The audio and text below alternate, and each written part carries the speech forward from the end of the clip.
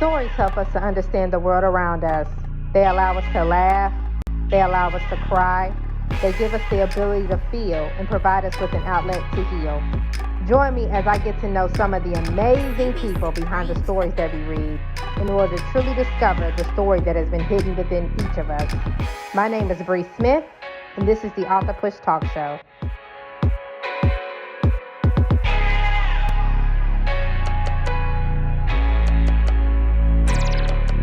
Welcome to the Author Push Talk Show. I am your host, Bre Smith, and today we have a lovely author who is going to be talking about her children's book that she has produced called I Love Being Brown.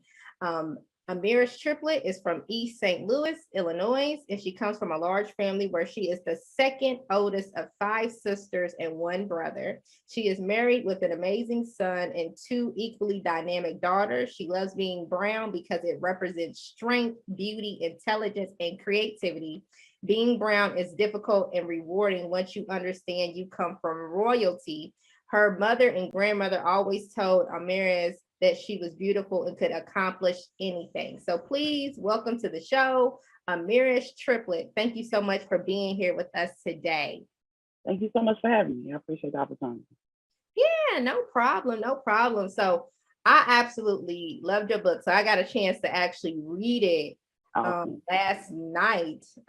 It was so powerful, and I love it because you were talking about, us as little brown children, even minority children, feeling comfortable with the skin that we're in. And I know growing up, I felt very ashamed. You know what I mean? You know what I mean? Because, you got racism. And then the area that I grew up in Kentucky. And so just to see like that dynamic, actually I lived in on the West Coast. So that was a different dynamic. And then when we moved back to the South, completely different, you know what I mean? And then that's when I really started to notice, who I was and was feeling very uncomfortable. So I love what you did. So can you please just tell us where did the idea come from for you to write this book? So I have 2 books. I Love Being Brown and I Love Being Brown Too.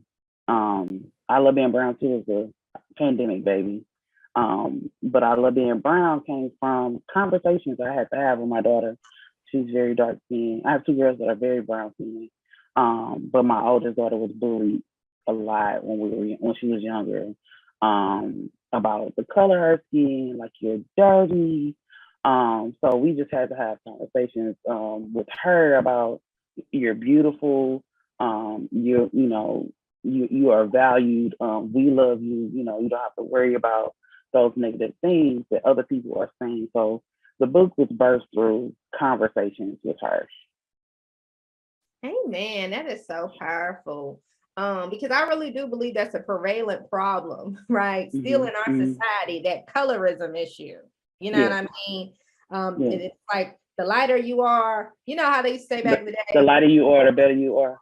Yeah. And we do it every day, all the time. Yeah. You know what I mean? And then the darker you are, it's like, you know what I mean? They're like, oh, you the field, Yeah. So it's just kind of like, it's like, I just love, like I said, I love what you did there. Because my mother was light skinned. And so I remember having questions with her because I didn't know, I'm like, are you white? She's like, no, I'm not white. You know what I mean? I'm just white, So I love how you just started having conversations and even wrote a book to just kind of help them on this journey with that. Yeah. And so growing up, I would say, did you ever feel uncomfortable in your own skin? Yes. So in high school, I went to a predominantly white high school. And in high school, I was actually bullied for, I want to say being too sociable, right? So I went to private school all my life. I was able to interact with anybody, black, white, whatever. And so I was bullied for being so quote unquote an Oreo. But when I looked at it, I was like, kids is kids, if you're nice to me, you smart, you hang with me, I'm gonna talk to whoever. So I refuse to let them put me in a box that I only will talk to certain type of people because of the color of their skin. And because of that, I was bullied my freshman and sophomore year. But it taught me a lot, and so I'm grateful for it because as I went to high school, through high school and college, I was in those same situations, predominantly white schools, but I was able to flourish and interact with everybody because it's not always going to be, you might be the one and only black person in the room. And so if that's an issue for you, you have to have other people that look like you around you. You may not be as comfortable as you need to be.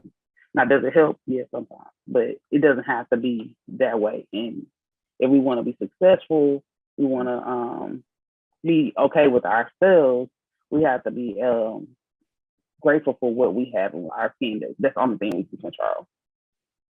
Amen. Amen. I love that. I love that.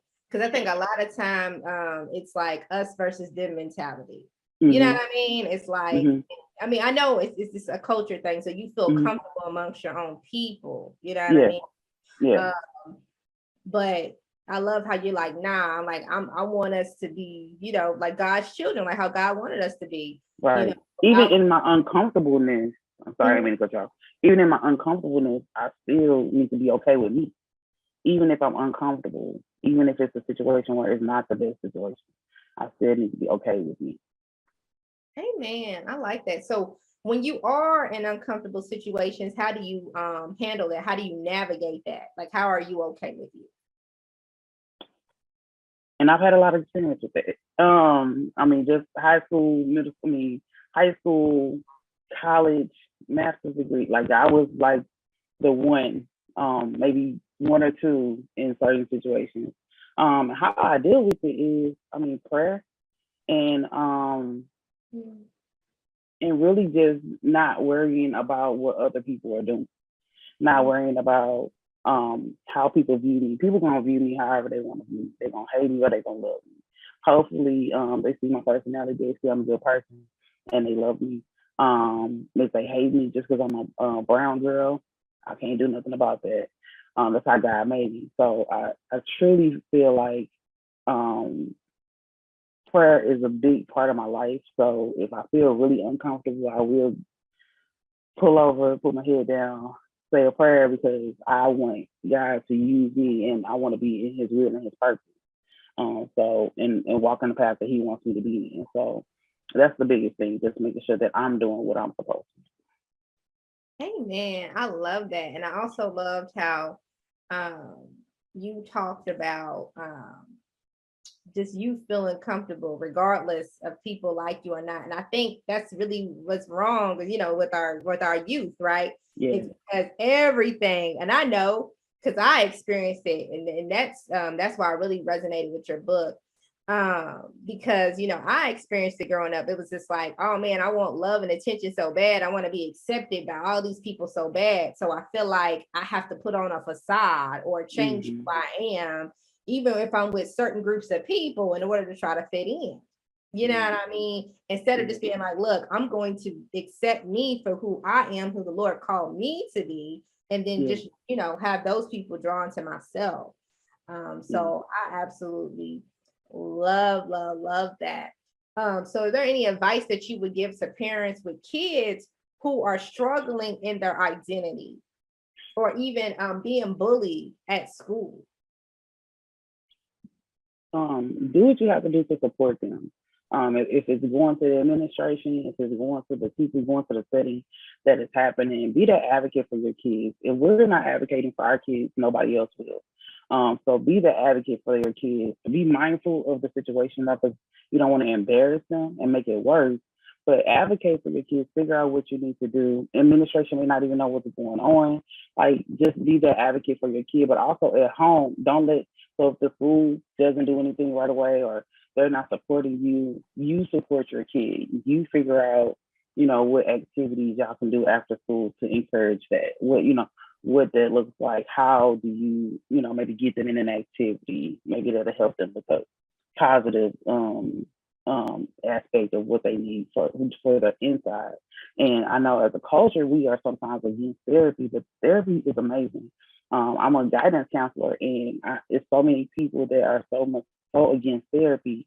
But if you do not have the tools to help your child who is sad, depressed, because people are constantly bullying them, then use those resources for other people to help get in there, so that those we don't look up and that child has killed themselves because of the things that they're going through. Suicide is such a high rate with young people, at a alarming rate in some areas. So see what resources, community resources are available to help the kids.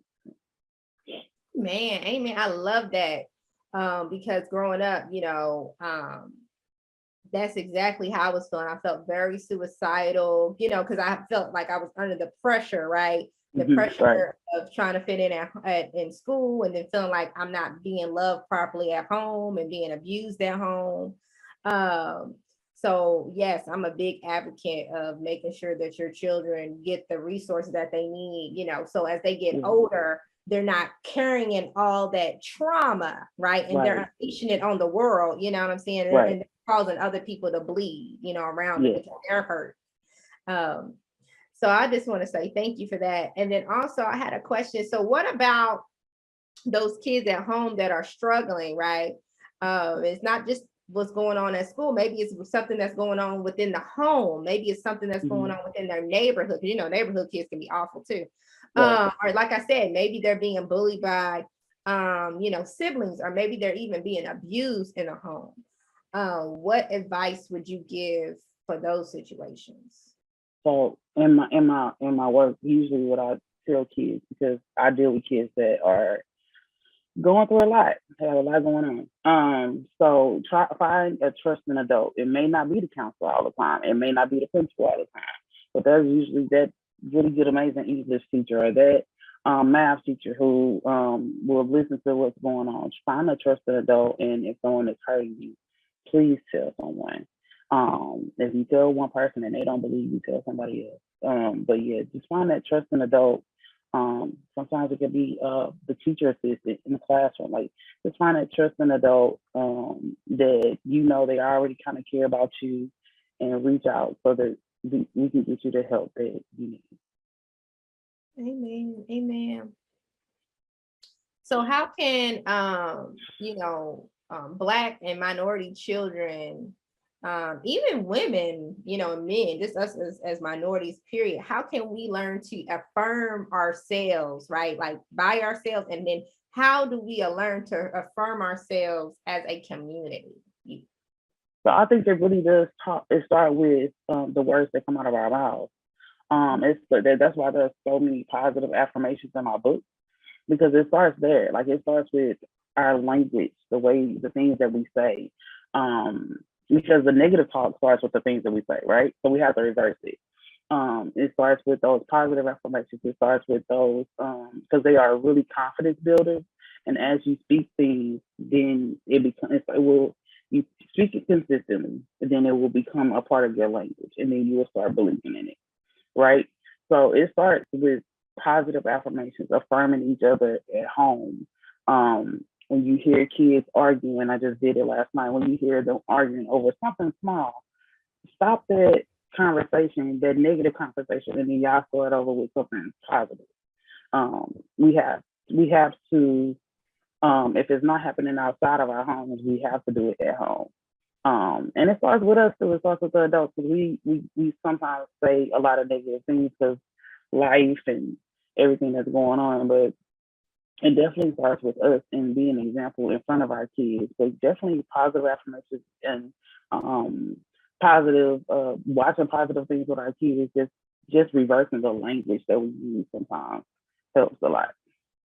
Amen. Amen. I love that. Yeah. And I think even helping to renew the mind, what we actually, what you're watching, the things that you're listening to, can definitely help as well. So thank you for that.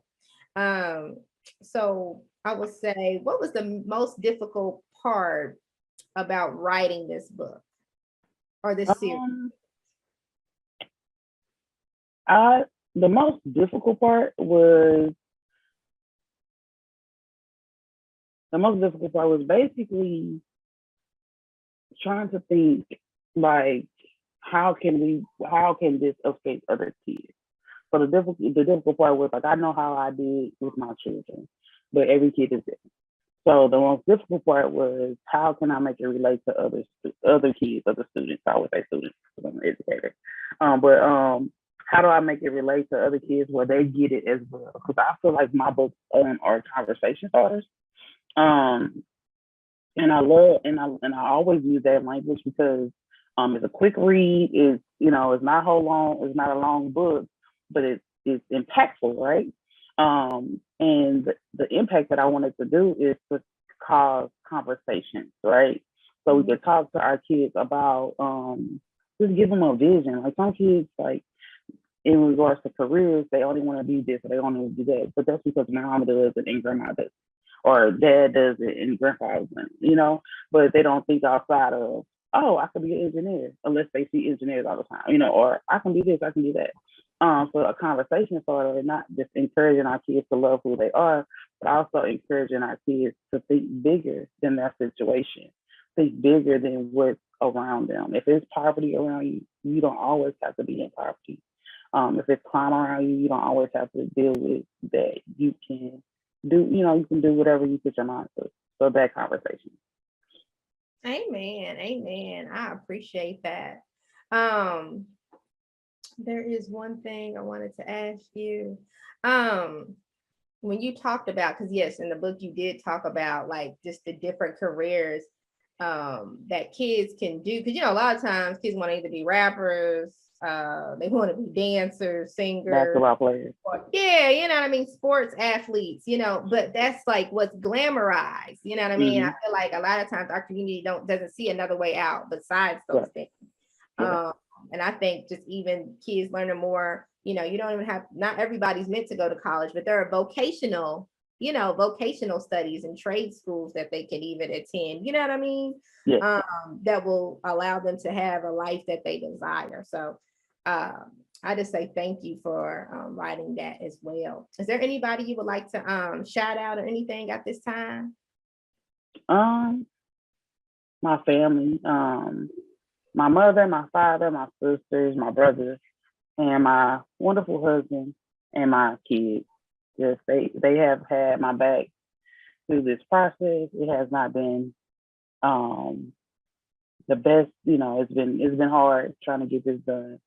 And also my publishing company, Cocoon to Wings, and my illustrator Calvin is amazing. he brought my book to life. I cannot draw, so he brought it to life. That Calvin Reynolds is his name, but he brought it to life because I could not have done a better job. So I'm grateful to my village. That's what I call them. And without them, I would not be here. Amen. Amen. And where can people purchase your book? So they can go to my website in the direct links, which is DeAmorCreations.com, DEAMOR Creations. I have to think about how to spell .com, and also Barnes and Noble and Amazon. All right. Well, thank you once again, Amaris, for coming to be on the show today. I would love, love, love to have you back in the future, just to have more dialogue and conversations around this very important topic. Thank you guys so much for watching the Author Push Talk Show today. Until next time, I'm Bre Smith, and I will see you later. Yeah!